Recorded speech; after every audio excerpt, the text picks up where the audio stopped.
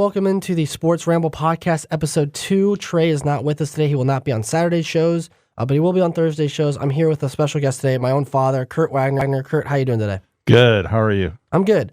So we're going to be talking topic we usually talk about. When we talk about sports, we talk about rambling. We're going to be doing hockey today. We did basketball last on Thursday, which was a lot of fun. But today we'll be doing hockey, which is a sport that me and my dad both grew up playing, and been playing for... I've been playing for 21 years. How many years have you played now? That would reveal my true age. So I'm going to say more than 40, less than 50. There you go.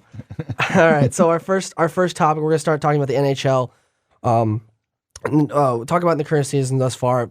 Who's kind of been your biggest pick to been like, wow, this team kind of came out of nowhere?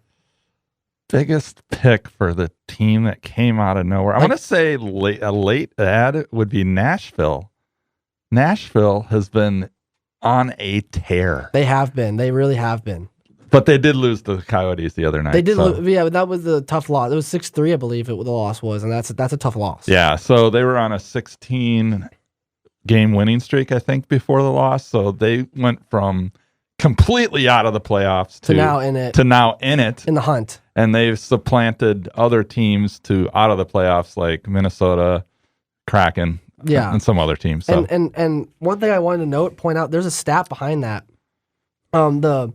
They were going to go see U2 at the Sphere, the Vegas Sphere, right? That big Sphere. Yeah. Or Sphere, whatever. And all of a sudden, the coach banned them from going to the Sphere, from the concert. Okay, so that's when their winning streak started. They were 19-0-2. Wow. So ever since being banned from going to see U2. So they must have had a curfew or some sort of team rule that they implemented that they could not go attend that. Yeah, or like the coach was like, you're not, like the team was like, we're gonna go see him, and it's like when when we were, as me and Sam, my brother Samuel, as kids, we were like, we're going to, we're gonna go do this. And you're like, no, you're not. Right. You're like, well, okay, now, that's impressive for Nashville to have that. Yeah, that's true. But, some of the star players on Nashville they're finally coming together. They're doing good, like Forsberg and Yossi and O'Reilly's on the team. And O'Reilly and they have that. And all those. But can they sustain it in the playoffs? Is this just like a fluke? A fluke, a flash? It could be. But do they have the depth? I don't know. Well, one of their big pickups this season was a good deal. They got Gustav Nyquist, and he has been absolutely tearing up ever since the winning streak. He's been good, and he was on the Wild last year actually.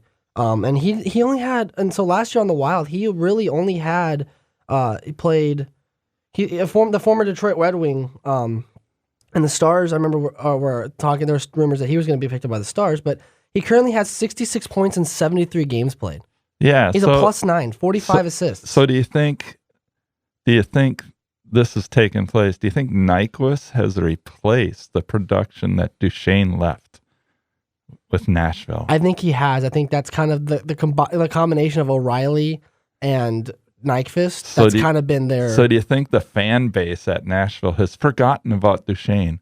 Or do you think they're kind of sore right now simply because he's doing so good? They look at Duchesne on the Stars, and Duchesne has been playing lights out. But, Nashville has Nyquist now. Yeah. And the production is about the same. But the playoffs are such a different beast. Like players can come in red hot. True. And then they can just taper off. We've seen this before with teams like Colorado last year. They came in white hot, the defending Cup champions, get ousted in 7 games for the Seattle Kraken. Yeah. They just ran out of gas. Yeah, and what I haven't looked at is what is Duchesne's production in the playoffs versus Nyquist, right? What kind of are they playoff players? Are they just good, really good regular season players? What happens in the playoffs to those two players? So Nyquist, has more points accumulated over the playoff games than Duchesne. Didn't really see a lot of action with the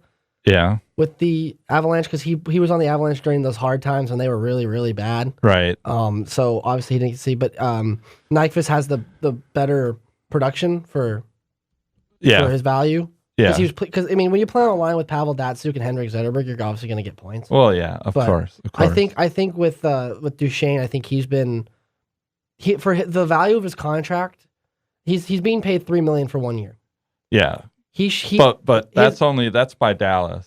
No, so, I know, but what is for the value of his contract that he's playing at, the level he's playing at for his contract, he should be being paid $5 to $7 million. But I think that's what he is being paid ultimately by Nashville. Yes, from the buyout. If you combine the buyout money to what his regular season is for Dallas, I think the combination is about that. So he's probably playing to value, I would say. Which bodes well for the Stars, but the problem is going to be, what are the Stars going to do after this season, regardless of their playoff performance? Yeah, no, we'll get into that a little bit later. So we'll look at 3 teams to highlight, talk about their current roster, our playoff future outlook. I'm going to pick, I know I said pick 3 teams, but me and Dad are only going to pick one. I'm going to have one, Dad will have one. So my pick is actually, I'm going to go with the New York Rangers, because this is kind of like last year we saw their all-in push with acquiring Patrick Kane, Vinny Trocheck. Yeah. And they get lost to the Devils. So the fact this year they're in first right now for contention for the President's Trophy. The Stars do play tonight against Seattle Kraken at 9:00, so they have a chance to jump the Rangers for that President's Trophy. But the Rangers came out of nowhere, and it's mostly due to Artemi Panarin. He's very underrated this year. He's got 86 points at the time of recording this. He could have more tomorrow, but he's been great. Their future outlook is, I think for them it's cup or bust. And the reason I say that is because if they don't get a cup, they have a lot of free agents this year.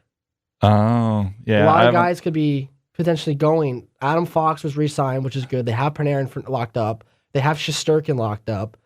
But then the depth kind of falls off after that. There's guys that are on that team that... Savannah Jed. Yeah, Savannah Jed. Kreider could be a guy that's moved because he's getting older. Their acquisition, their second overall draft pick, Capo Caco. People think he might be moved. So do you think it's they're gelling as a team, or do you think it's Laviolette? I think it's a combination of both. For those that don't know, me and Dad love Laviolette. We like him as a coach. Yeah, because he's a fire guy, which we like. So that's true. I think it's a team of Laviolette making the team gel together. We've seen him do this back when he coached, the Hurricanes to a Stanley Cup. When he coached Nashville to continued playoff success. Yeah. He coached the Capitals to multiple playoff runs. It's the gelling of him using the gel to put together. Because the Rangers have a mix of old guys and young guys. Mostly young guys. They have Lafreniere, Kako, Keandre Miller, Adam Fox, guys that are studs. Yeah. That are still pretty young, new to that whole playoff picture. So I think Laviolette's the good voice to bring them together for that. So I want to really talk a little bit about, like, if we're talking about the Rangers, the Shesterkin, is he a good enough goalie to win a cup? Can he steal games in the playoffs? Yeah, he can. We've seen it before back when they played the Eastern Conference Finals. Back when we watched the games, and 2 years ago when the Stars made the conference finals but lost, we saw that with Shesterkin versus the Lightning. He stole games 1 and 2. Yeah, that's true. And then the team fell apart, and he couldn't because the Tampa Bay was a machine during that time. And Shesterkin couldn't hold down the fort forever. So they were up 2-0. Remember, we talked about this. We were over at my grandfather's place. We talked about this with our grandfather, your dad, and said Shesterkin stole those games, but the Lightning are going to come back and probably take a couple back. And then the Lightning went on a 4-0 run. Yeah. And to win in 6. But still, it was just I think Shesterkin's capable of doing it, but it's the defense. You can't rely on him forever. Well, yeah, that's true for every goalie. And that's so your team is going to be the Rangers. I guess my team. You can pick if you want. You can pick the Stars. I think I'm gonna have to pick the Stars simply because of a couple things. One, they added Tanev. Yeah. Okay, they'd never had a shutdown D, a pairing like that. They've always had. I would call. Mediocre 5-6 type defensemen, and they've tried to elevate them to, either top 4 roles, and they've they've never been successful doing that.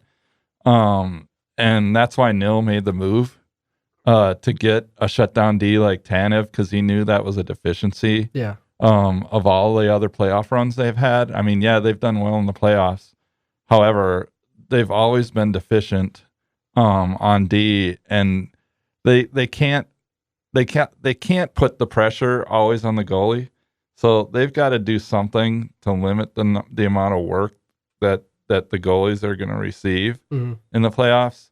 And the only way to do that is to have defensemen that are more shut down. Their offensive defensemen are great, and they're getting great production from them. But from a defensive perspective, all they really had was Lindell, and I wouldn't call Lindell a top 4 defenseman. I think he's an overpaid top 5 defenseman.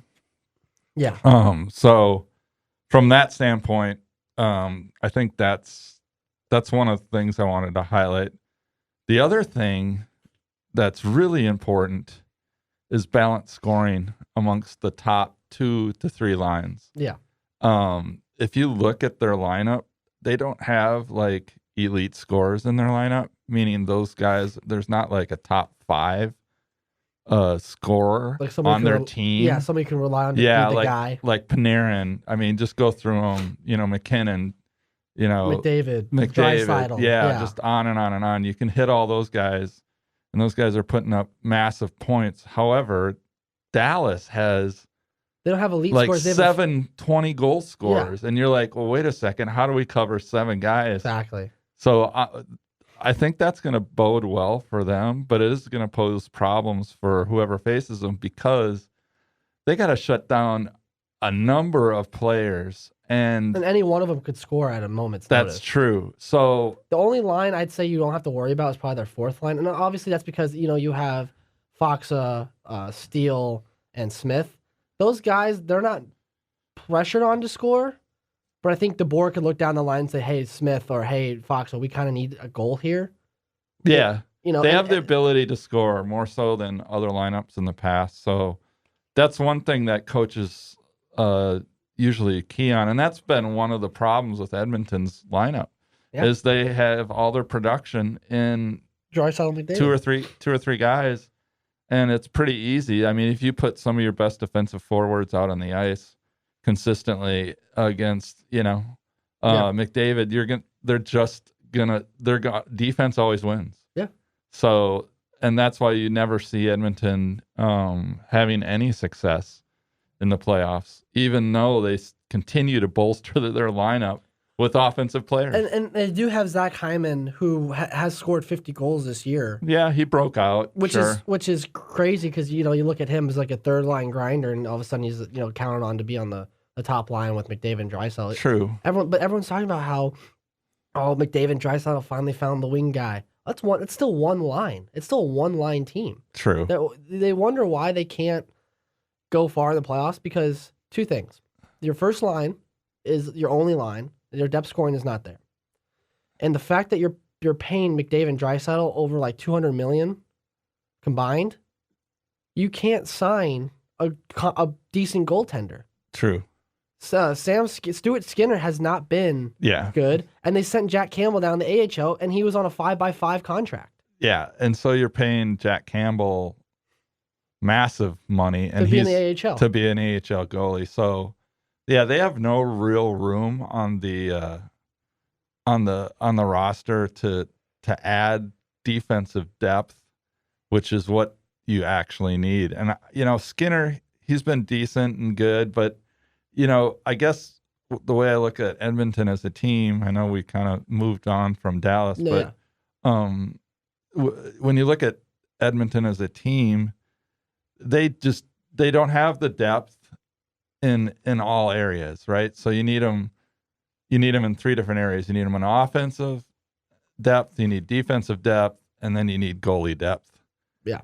Okay, so what happens if Skinner, he gets hurt, doesn't do well, or gets hurt, doesn't do well? Let's just say for whatever reason. Do you call up Jack Campbell and hope and pray to the heavens that he does good? Well, what happens? Can you win a cup with a mediocre goalie? No.